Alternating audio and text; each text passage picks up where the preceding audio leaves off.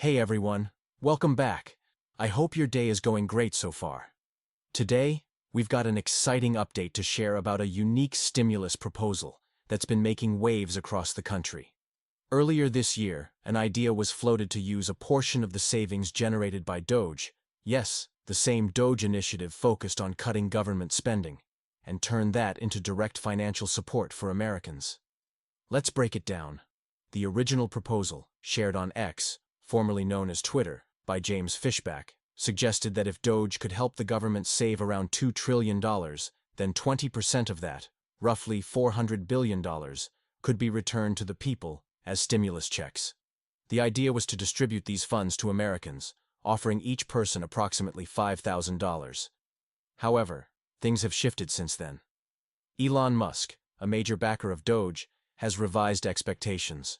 Instead of $2 trillion in savings, he now estimates the total savings to reach about $1 trillion. Under that scenario, the potential payout per person would drop to around $2,500. The momentum around this idea has been growing, and recent updates provide more clarity.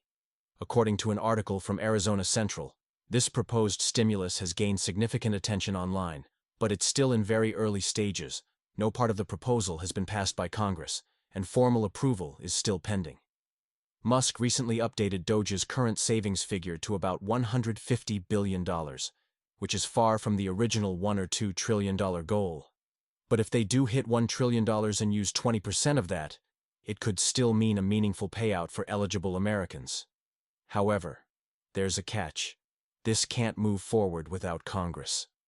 While Musk could technically fund some kind of giveaway privately, like a lottery or promotional event, any official federal stimulus would require a bill to be introduced and passed by both the House and the Senate. In the Senate, they'd need at least 60 votes, and then the president, currently Donald Trump, would have to sign it into law. Interestingly, Trump has voiced support for the concept, which could increase its chances of gaining political traction. The idea of receiving an annual dividend or stimulus check from government savings could also improve public perception of DOGE, especially among critics who disapprove of the initiative's job cuts and budget reductions. James Fishback remains optimistic.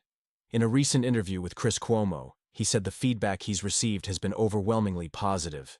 He truly believes this can become a reality. Still, there have been recent challenges. DOGE came under scrutiny after a whistleblower claimed that the initiative accessed sensitive internal systems from the National Labor Relations Board. NPR reported that suspicious activity, including a login attempt from a Russian IP address, occurred following the alleged breach. These concerns have cast a shadow over DOGE's operations. Nevertheless, Fishback continues to advocate for the stimulus proposal, believing it would be widely supported by the American people. After all, who would object to receiving a check every year? So how much money has DOGE really saved so far?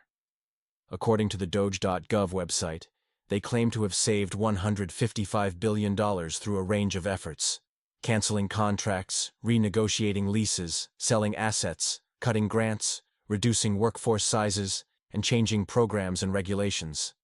They estimate this to be around $962.73 in savings per taxpayer. However, not everyone agrees with these numbers. News outlets like USA Today have questioned the accuracy of DOGE's reported savings, pointing out potential errors as large as $8 billion. So there's some conflicting information out there. Now, let's talk about eligibility. Who would actually receive these proposed stimulus checks? Unlike the pandemic-era relief payments that were sent out broadly, Fishback's plan would target households that are net taxpayers, people who pay more in taxes than they receive in refunds. That means low-income Americans likely wouldn't qualify.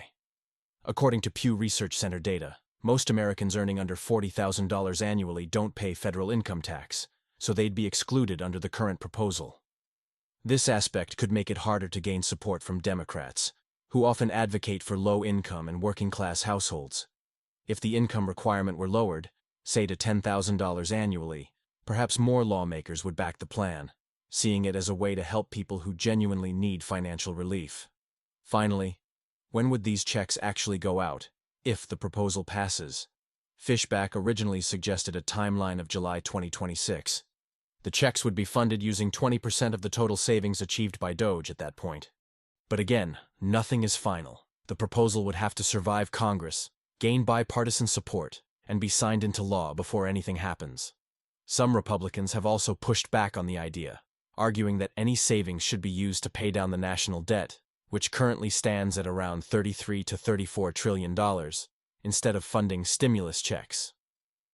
So, what do you think? Should a portion of government savings be returned to the public?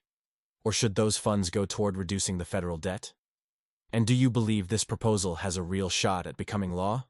Let us know your thoughts in the comments. That's it for today's update. Stay tuned for more, and we'll catch you in the next one.